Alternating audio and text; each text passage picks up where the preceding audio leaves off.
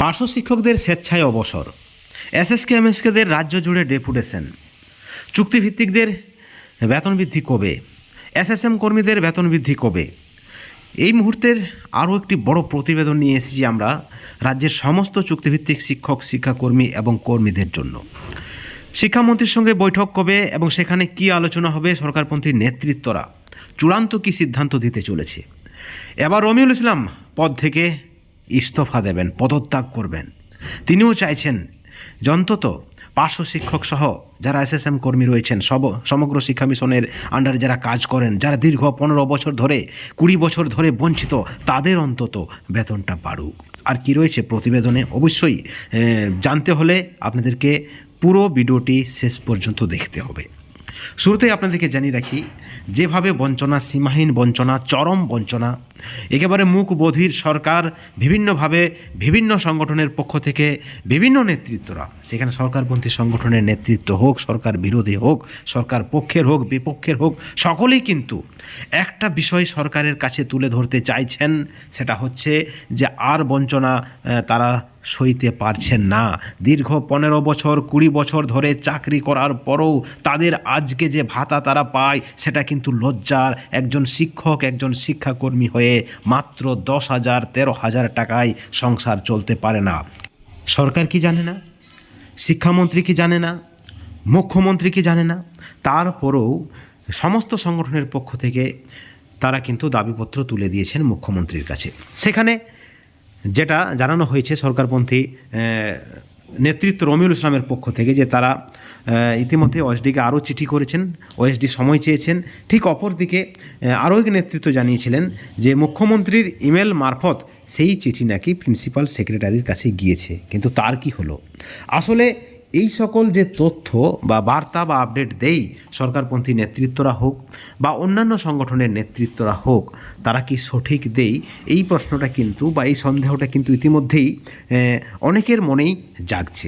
বন্ধুগণ, এই বিষয়ে আমরা আপনাদেরকে ক্লিয়ার করতে চাই যে যে সমস্ত নেতৃত্বরা রয়েছেন, সে যে কোনো সংগঠনের হোক, পার্শ্ব শিক্ষকদের হোক, এসএসকেএমএসকেদের হোক বা আদার্স কোনো চুক্তিভিত্তিক শিক্ষক, শিক্ষাকর্মীদের হোক বা কর্মীদের হোক, তারা ছুটে যায় বিভিন্ন দপ্তরে। তারা তাদের যে প্রয়াস তারা কিন্তু করেন, কিন্তু তারপর এই যে সরকার একেবারে পুরোপুরি চোখ বন্ধ করে দিয়েছে। আপনাদেরকে জানিয়ে রাখি, আপনাদের নিশ্চয় মনে আছে, আপনারা জানেন যে সরকারপন্থী নেতৃত্বরা সেখানে বুবাই কোলে থেকে শুরু করে সেলিম পাইক মহাশয় থেকে শুরু করে আরও অনেকেই কিন্তু একটা বার্তা আপনাদেরকে দিয়েছিলেন যে খুব শীঘ্রই এসএসএম কর্মীদের জন্য ভালো খবর আসতে চলেছে। কিন্তু তারপর আপনারা দেখলেন সেই দুর্গাপুজো পার হয়ে আবার দুর্গাপুজো আসতে চলেছে, কিন্তু সেই ভালো খবরের কোনো সম্ভাবনা নেই। কিন্তু একটা বিষয় বলে রাখি যে আমরাও বিভিন্ন সময় দপ্তরে গেছি, আধিকারিকদের সঙ্গে কথা বলেছি এবং সেখানে আমাদের কাছেও যে খবর রয়েছে যে শুধু পার্শ্ব শিক্ষক বা এসএসকেএমএসকে নয়, শুধু শিক্ষাবন্ধু বা পৌরসভা মাদ্রাসার যারা কর্মী রয়েছেন তাদের জন্য নয়, প্রত্যেকের জন্য সরকারের কিছু না কিছু চিন্তাভাবনা রয়েছে। এখন দেখার যে সেই চিন্তা ভাবনাটা কবে প্রতিফলিত হবে প্রশ্ন উঠছেই। সেটা 30-এ নাকি 35-এ নাকি 40-এ, ততদিন পর্যন্ত এই সকল চুক্তিভিত্তিক শিক্ষক, শিক্ষাকর্মী যারা রয়েছেন তারা কাজের সঙ্গে যুক্ত থাকবেন তো, এবং সব থেকে যেটা বড় কথা, তারা বেঁচে থাকবে তো, এই পৃথিবীতে থাকবে তো, নাকি দুনিয়া ছেড়ে চলে যাবে। ঠিক এই দুঃখে বা এই পরিপ্রেক্ষিতে বা যাই বলবেন আপনারা, সেখানে পার্শ্ব শিক্ষকদের অনেকেই কিন্তু আমাদের সঙ্গে যোগাযোগ করেছেন। তারা বলছেন সরকার এমন একটা দাবি রাখুক বা আইন পাশ করুক, শুধু আমাদেরকে নয়, সরকারপন্থী সংগঠনে যারা নেতৃত্ব রয়েছেন তাদেরকেও কিন্তু তারা মেসেজ করেছেন, বলে জানিয়েছেন আমাদেরকে একজন পার্শ্ব শিক্ষক, যে সরকার এমন একটা বিল পাশ করুক যেন তারা স্বেচ্ছা অবসর নিতে পারে। তাহলে এই যে প্রতিদিনের একটা টেনশন, প্রতিদিনের একটা চিন্তা যে কবে বেতন বৃদ্ধি হবে, আদৌ হবে কিনা, কত টাকা হবে, বিভিন্ন সময়ে যে বার্তা উঠে আসে, যে আপডেট উঠে আসে, সেখান থেকে মানসিকভাবে তারা ভেঙে পড়েন, অত্যন্ত হতাশ মনে তারা থাকেন। অন্তত সেই থেকে তারা নিস্তার পাবে, অন্য কোনো কাজ করবেন। তারা টোটো চালাবেন, বিড়ি বাঁধবেন, শ্রমিকের কাজ করবেন, মিস্ত্রির কাজ করবেন, তাদের মাইনা কিন্তু এই মুহূর্তে এই সকল চুক্তিভিত্তিক শিক্ষক, শিক্ষাকর্মীদের থেকেও অনেক বেশি। লজ্জাটা কিন্তু তাদের নয়, লজ্জাটা সরকারের। সরকারপন্থী নেতৃত্বরা তারা, আমরা সকলেই জানি তারা সরকারের বিরুদ্ধে রাস্তায় নামতে পারবেন না, কিন্তু তারা কি তারা তারা একটা বিষয় কেন বুঝতে পারছেন না, যেহেতু এই যে বঞ্চনা একদিনের নয়, দুদিনের নয়, 5 দিনের নয়, 1 বছর 2 বছর 5 বছরের নয়, 15-20 বছরের এমতো অবস্থায় তারা কেন এই প্রতিবাদটা চরম আকারে নিয়ে যাবে না? এই প্রসঙ্গে অবশ্যই আমরা বলবো, ইতিমধ্যেই সরকারপন্থী সংগঠনে যারা এসএসকে এমএসকে নেতৃত্ব রয়েছেন তারা কিন্তু জেলায় জেলায় ডেপুটেশন দিতে শুরু করে দিয়েছে। বিষয়টা পার্শ্ব শিক্ষকদেরও ভাবতে হবে। ইতিমধ্যেই এসএসকে এমএসকেদের পক্ষ থেকে জেলা জুড়ে ডেপুটেশন দেওয়া হচ্ছে। সেখানে শিক্ষা কর্মাধ্যক্ষ থেকে শুরু করে ডিএম থেকে শুরু করে সভাধিপতি সকলের কাছে তারা কিন্তু ডেপুটেশন দেবে এবং সেখানে একাধিক দাবি তাদের রয়েছে। অবশ্যই উপযুক্ত পরিমাণে বেতন বা ভাতা বৃদ্ধি এবং সেই সঙ্গে এসএসকে এমএসকেদের বাঁচাতে হবে, সেই বিষয়টাও কিন্তু তারা তুলে ধরছেন। অর্থাৎ তারা যদি পারে তাহলে বাকি সংগঠনগুলি কেন পারবেন না?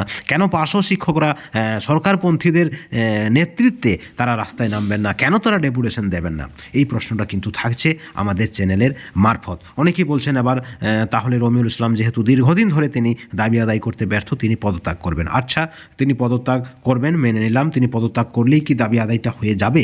অর্থাৎ কোথাও না কোথাও সরকারের কাছেও কিন্তু একটা চূড়ান্ত বার্তা যাওয়া উচিত এবং সেটা কিন্তু সরকারপন্থী নেতৃত্বদের মাধ্যমেই যাওয়া উচিত, এমনটা কিন্তু অনেকেই মনে করছেন। অর্থাৎ শুধুমাত্র যারা সরকারের সঙ্গে যুক্ত নয় বা সরকারপন্থী নয় তারা রাস্তায় নামলে হবে না, সরকারপন্থী নেতৃত্বদেরও রাস্তায় নামতে হবে। একটা চরম সময়সীমা বেঁধে দিয়ে তারপর কিন্তু অবশ্যই রাস্তায় নামতে হবে প্রয়োজন পড়লে, না হলে কিন্তু এই সরকার বেতন বৃদ্ধি করবে না বা দাবি পূরণ করবে না, তেমনটাই কিন্তু অনেকেই মনে করছেন। এখন দেখার বিষয় মাননীয় রমিউল ইসলামের পক্ষ থেকে বা সরকারপন্থী যে সকল নেতৃত্ব রয়েছেন তাদের কি সিদ্ধান্ত। কারণ ইতিমধ্যেই আমাদের কাছে যে খবর রয়েছে খুব শীঘ্রই শিক্ষামন্ত্রীর সঙ্গে তারা বসবেন এবং সেখানে একটা চূড়ান্ত সিদ্ধান্ত তারা নেবেন। কারণ তাদেরও একটা বিষয় তারাও পরিষ্কার করে দিয়েছে, এই বঞ্চনা আর কিন্তু কেউ সইবে না। কারণ একজন স্থায়ী শিক্ষক যেখানে 40,000 টাকা প্লাস মাইনা পাবে, সেখানে পার্শ্ব শিক্ষক